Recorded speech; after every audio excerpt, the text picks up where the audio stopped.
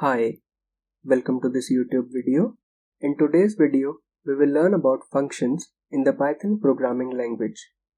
A function is basically a piece of code which only runs when the function is called.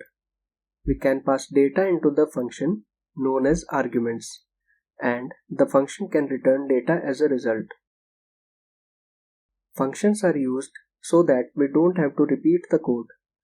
A function is defined using the def keyword and with syntax as shown.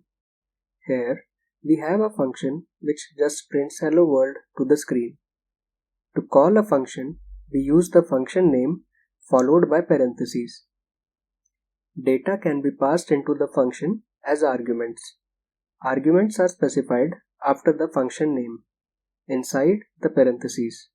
We can add as many arguments as we want, separating them with commas. To let a function return a value, we use the return statement. The shown example takes a and b as arguments, and when the function is called with a and b arguments, it returns the sum of both arguments.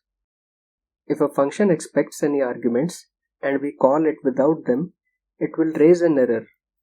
We can also put the default value of any keyword in the function itself. So, if the value is not passed when calling the function, it will not throw an error. If we want to keep an empty function in our code without getting any error, we can use the pass keyword. Sometimes we don't exactly know how many arguments will be passed into the function. We can then use the asterisk symbol before the argument as shown. Now, all the arguments passed into the function will be treated as a tuple and we can access them accordingly. We can pass arguments as key value pairs in the function so that the position of the arguments don't matter. If we are unsure how many keyword arguments we'd be getting in the function, we can use two asterisk symbols before argument name as shown. In this way, the function will receive a dictionary of arguments and can access them accordingly. So, this was some basic info about functions. That's all for today. Thank you for watching. Like and subscribe for more such short learning videos.